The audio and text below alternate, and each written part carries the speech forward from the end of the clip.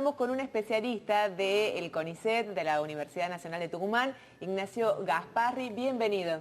Buenos días, ¿cómo están todos? Muy bien, él es investigador, docente de la Facultad de Ciencias Naturales, doctor en Ciencias Biológicas, ingeniero forestal, no me estoy olvidando de nada. Pero bueno, lo hemos invitado para conocer qué impacto tiene estos incendios que se están produciendo en la selva, no solamente en Brasil, sino también en Bolivia, y que son muchísimos focos y que, bueno, se han incrementado mucho y hay preocupación. Sí, bueno, está bien. Por ahí es importante diferenciar los impactos en distintas escalas de tiempo y geográficas, si se quiere. El primer impacto más generalizado y de largo plazo tiene que ver con la liberación de gases de efecto invernadero, dióxido de carbono principalmente, lo cual promueve el calentamiento global y el cambio climático. Entonces ese es una escala, si querés, global y de largo plazo, aunque vivimos consecuencias casi regularmente. Después hay impactos más regionales, a escala continental. La Amazonas o la Amazonía es muy importante en términos de circulación de humedad continental. Es como una gran bomba que envía agua a la atmósfera. Los árboles evapotranspiran mucho más que otros tipos de vegetación, entonces envían mucha humedad a la atmósfera y eso explica gran parte de una parte importante de la circulación de humedad. Y después un impacto muy directo y mañana ya, que es la superficie que se pierde como hábitat para la biodiversidad y como fuente de recursos para las comunidades locales que hacían uso tradicional o que dependían de manera directa para algún tipo de, no sé, desde leña o cacería y cosas por el estilo. La Amazonía es un lugar gigante con un montón de diversidad de actores sociales y algunas de las porciones de la sociedad que se vincula con la Amazonía va a ver muy afectado mañana ya su disponibilidad de recursos, ¿verdad? Bueno, esto de los incendios no es nuevo. ¿Por qué nos está preocupando puntualmente ahora? Bueno, porque está bien, no es nuevo, es un proceso que ocurre de manera regular todos los años y que tiene que ver con la pérdida gradual de superficies de bosque nativo, que no es tampoco un proceso exclusivo de la Amazonía. Ocurre también en el norte de Argentina, digamos, por ejemplo. Entonces, y en otros lugares tropicales y subtropicales. Entonces, lo que sí pasó este año, que fue lo que encendió las alarmas y hizo que ganara tanta notoriedad en este año, fue que se revirtió una serie positiva de los últimos años. En los últimos años, particularmente en Brasil, venía bajando la tasa de deforestación, a la vez que Brasil incrementaba su producción agropecuaria, con lo cual se estaba presentando eso como un éxito de gestión y de cogobierno entre el Estado, con un rol protagónico, pero con sociedad civil y sector productivo, tratando de aumentar las exportaciones agropecuarias, pero sin acelerar la deforestación. Este año esa serie histórica, esa serie de los últimos años, esa tendencia se revierte, porque el contexto político es distinto, el discurso hacia el cuidado del Amazonas político es distinto, y coincide encima este cambio de posición política del Estado brasilero, si se quiere, con un año seco. Claro.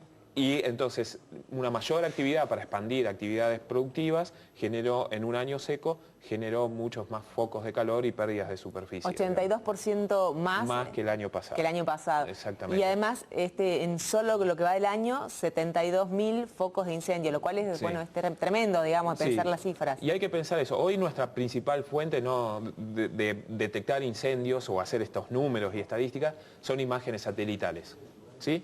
Y en realidad lo que las imágenes satelitales detectan una fuente de calor. El incendio puede ser distintas cosas, puede significar distintas cosas en el terreno. Puede ser una pastura, o sea, un lugar que ya no era bosque hace un tiempo. Puede ser un lugar que era bosque, que se está deforestando, es decir, se entraron con las maquinarias, se cortaron los árboles y se está terminando de limpiar para el año que viene hacer una actividad productiva o agricultura o pastura. O puede ser un fuego adentro de un lugar que era bosque y que en principio no había intencionalidad de que el año que viene no haya bosque. ¿Se entiende? Son situaciones distintas. Probablemente esas fueron las causas, o son las causas de algunos de los incendios en la Amazonía. Exactamente. Muchos de los focos que aparecen en realidad no es estrictamente un incendio, es deforestación. Es la gente que está quemando el área que ya venía limpiando con la maquinaria y que el año que viene va a hacer pasturas. Y después sí hay fuegos adentro del bosque y después hay lugares que ya eran pasturas, digamos. Están todos mezclados los focos. Justamente recién cuando charlábamos hablabas de Argentina, del norte de Argentina, que también preocupa y en realidad una porción mucho más grande del país. Estábamos hablando del Chaco Seco. Sí, el Chaco Seco es una región que tiene algunas similitudes en cuanto a los procesos de deforestación con la Amazonía. Digo algunas porque en la Amazonía hay también como un proceso más de campesinado, de deforestación, y de grandes empresas agropecuarias o empresas que están orientadas al mercado global. En Argentina la deforestación está un poco más vinculada con el mercado global de granos, principalmente la agricultura y la ganadería. Y es un proceso que vino ocurriendo desde hace también unos 20 años, se aceleró. Resultado de esa aceleración hubo una serie de negociaciones y toma de medidas más de tipo político, al igual que en Brasil, como para articular de qué manera crece la producción agropecuaria, minimizando los impactos o por lo menos organizándolos y manejándolos. El resultado de eso fue que apareció la nueva ley de bosques, que incluye, por ejemplo, tener que hacer una zonificación de los bosques a nivel provincial para indicar qué lugares pueden ser reemplazados por otros usos como la agricultura y qué lugares deben permanecer con cobertura forestal. Y eso hizo que bajara un poco la deforestación, a un tercio, la deforestación en los últimos años. ¿De qué números estábamos hablando del pico de deforestación en Argentina? Y el pico de deforestación en Argentina llegó a ser 300.000 hectáreas por año. ¿Sí? 300.000, toda la Sierra de San Javier tiene 20.000 hectáreas.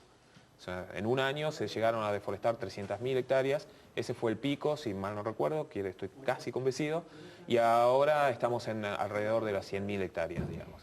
Esto abarca una amplia zona del país, digamos, la deforestación. Sí, va desde el norte de Córdoba hasta el límite con Paraguay y Bolivia, el Chaco Seco. Y bueno, toda la deforestación, este dato de país, es todo el subtrópico de Argentina.